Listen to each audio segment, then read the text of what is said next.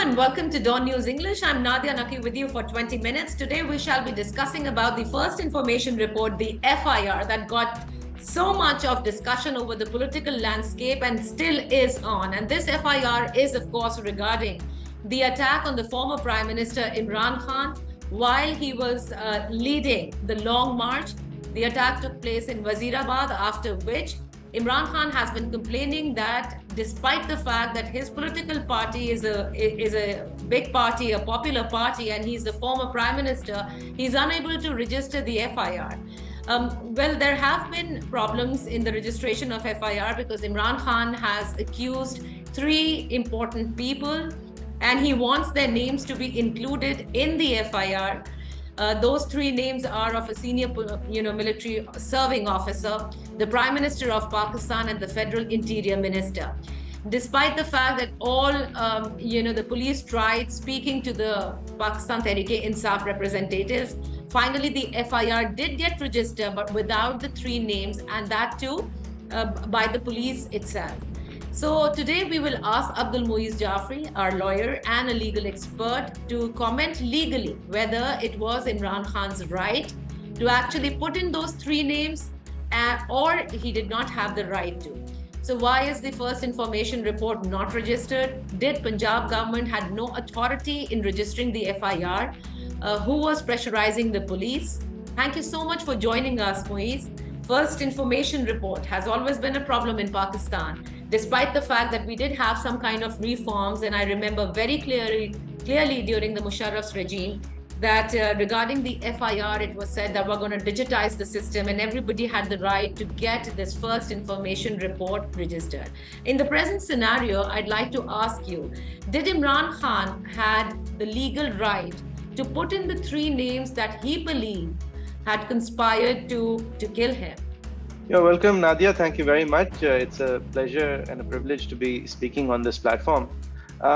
Firstly, we should talk about the structure of our police system. Even after the attempted reform through the police order that you spoke of, which was magnificent reform, but most of it was rolled back later because of pressures from the status quo parties, because of the structure of colonial capture and elite capture that affects our country, which allows for political influence into the police order, which the politicians wanted. They did not want an independent police force, which could not be used at the time of electioneering or politicking, or for your own designs, or for fixing land issues, or for fixing small or large issues.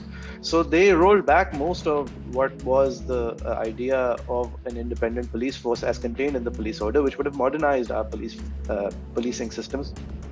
Right. And left only that shell of, at least there being a silver lining in the sense that technology would enable FIRs to not go missing, or it would enable a little bit more transparency.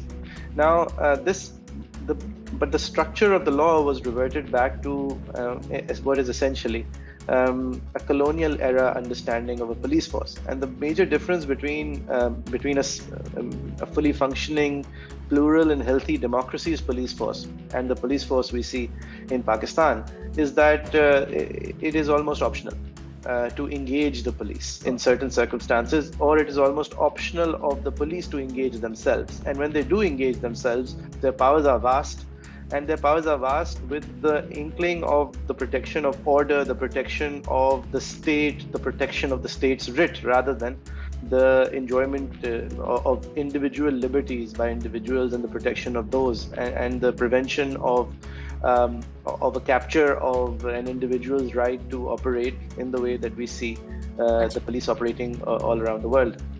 Okay. So this background was necessary because the police is empowered to investigate. It is tasked to investigate. It is encouraged to investigate whenever it feels that a crime might be likely to occur, or whether there is criminal intent. The police has the power to report. The subordinate police official has the power to report to their seniors, and then they have the power to go out and investigate. Okay. But because of this colonial understanding of policing, sometimes you have this idea of a complainant, where a complainant brings their gripe to the police. Now, this is inherently, it is something novel, because you have this, in that concept, you have this idea that a complainant has their own problems. and then they can choose to bring their problems to the police. This option is anachronistic in the modern world. But without exploring that hyper technicality, the complainant can come to the police and say, I have a problem. This problem is X. Okay. And then it is up to the police to decide, for police to investigate and put an end to their problem if they find it to be legitimate. It is up to the police to decide what to do with that problem. But what the police have to do in the law is that they have to generate a report about what was said to them. It must be reduced into writing, and it must be sent forward into the judicial system. Now, that is what we call a first information report. Now, Imran Khan is right in saying that he has the legal right to complain about whomever he wants to. Right. And this is a completely unnecessary fight of egos, wills, and the rule of fear that has led to this first information report not being lodged the way Imran Khan wanted it. The law requires anyone to be able to complain about anyone else on paper. But then it doesn't mean that those people are then going to be arrested by the police unless the police want to commit, career But they suicide. shall be investigated by the police then.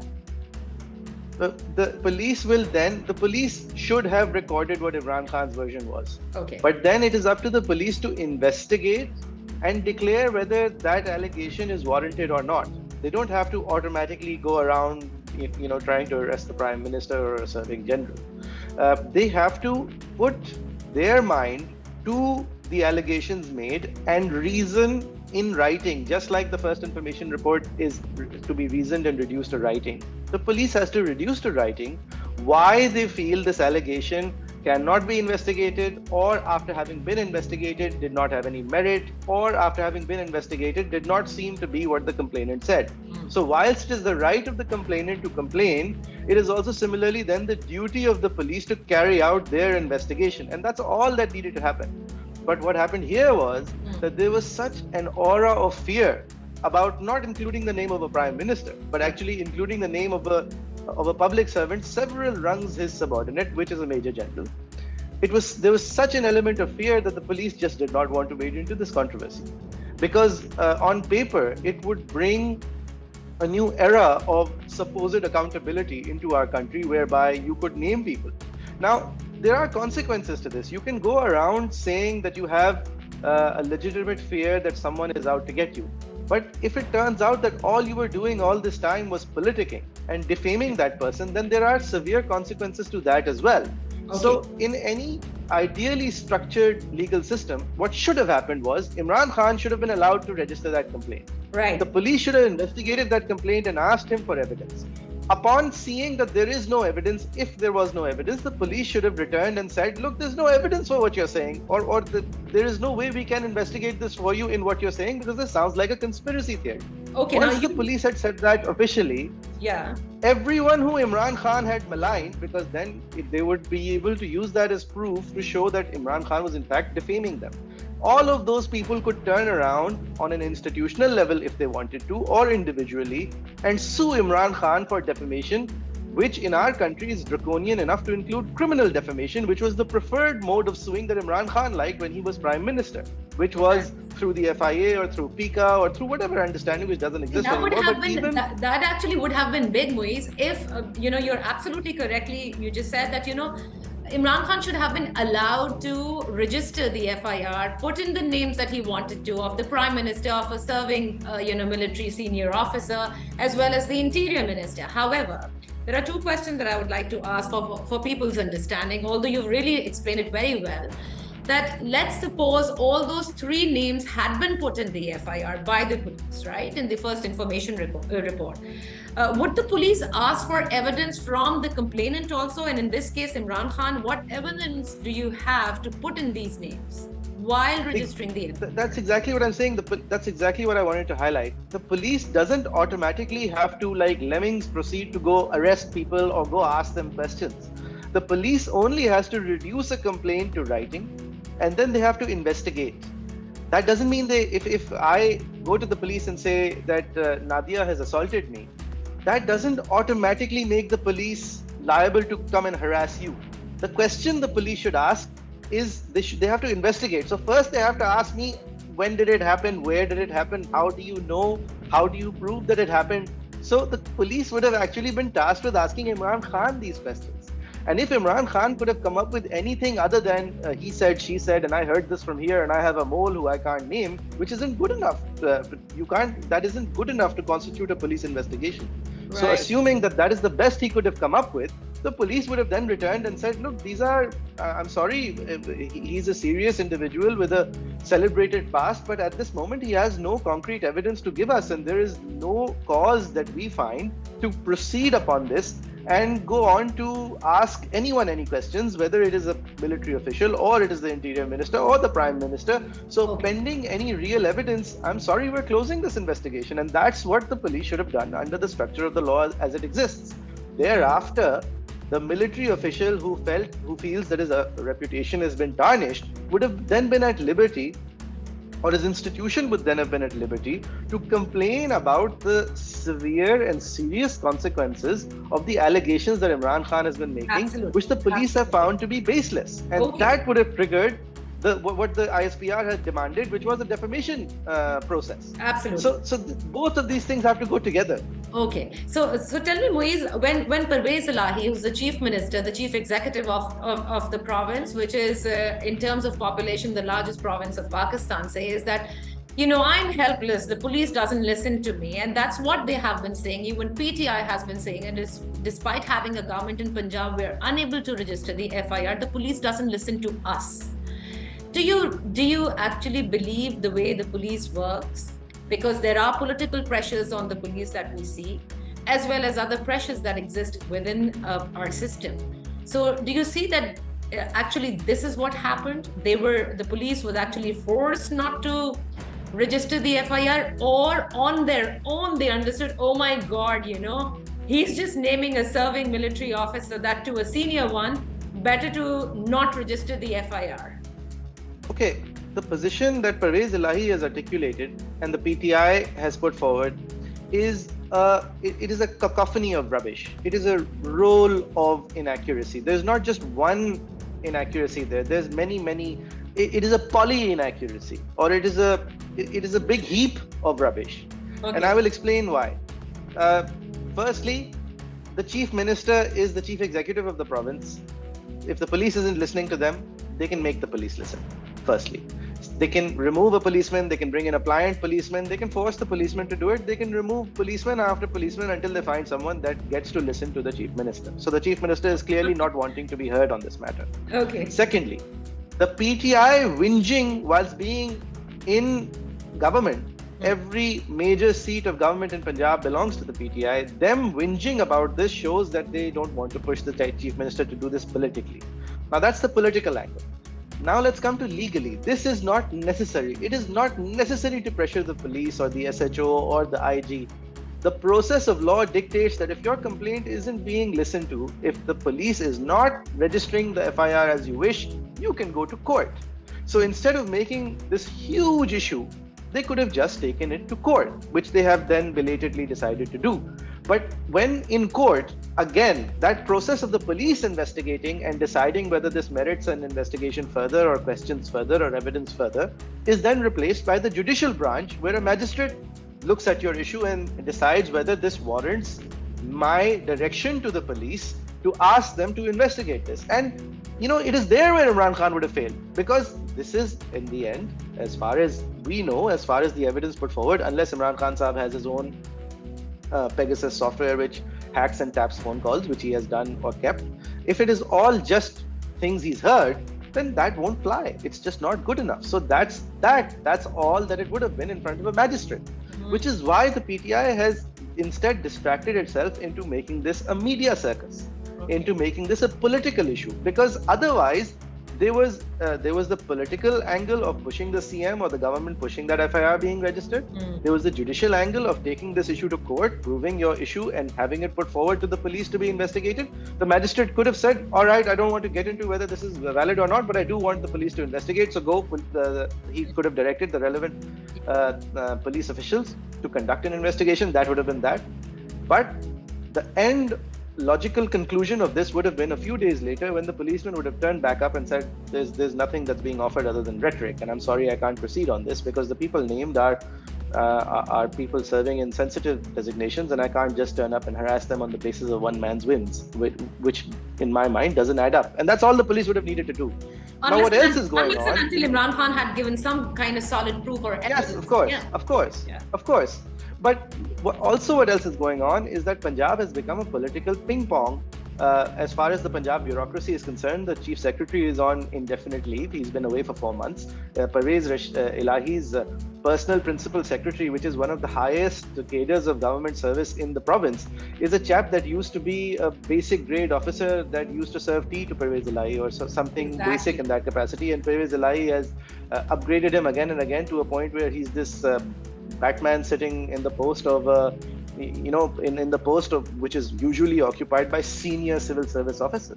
Absolutely. And he has created this cabal of lackeys around him. And even the allegations of money laundering that are built around his son Munis Elahi also concern all of these people that are built around him and are in critical government positions.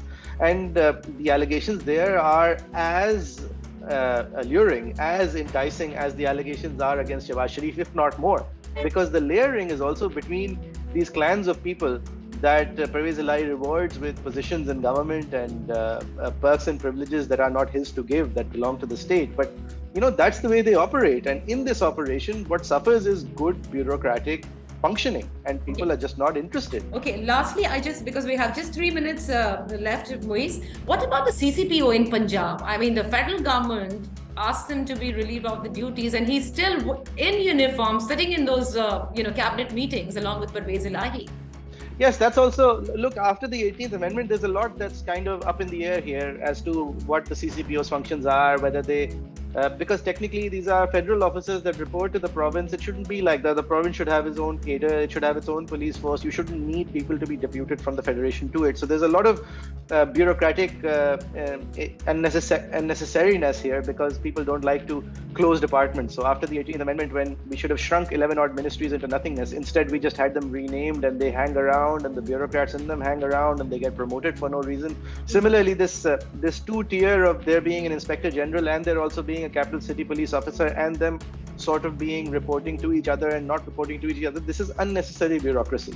But yes, again, that is also an example of how there is a pull and a push within the bureaucracy as to who is actually in charge, and the bureaucracy is essentially out to fend for itself. So a bureaucrat has chosen a political alignment, which shouldn't be the case. It takes away from efficiency. And after choosing that alignment, they are then deciding what is best for their careers, which again shouldn't happen because it is not good for political efficiency, for bureaucratic efficiency. And that's the situation we're seeing all around the country.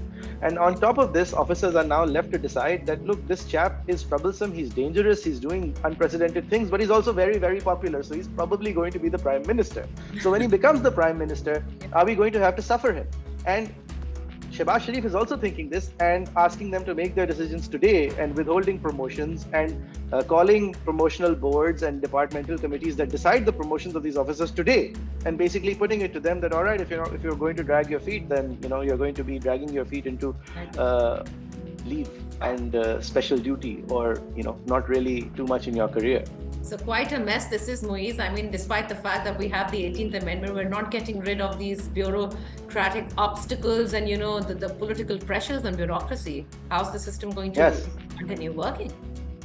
Well, if you ask Imran Khan, it'll continue working if you let him get in charge again, and he'll fix everything, and he'll fire everyone that needs to be fired, and he'll hire everyone that needs to be hired, and you won't have to worry. But otherwise, look.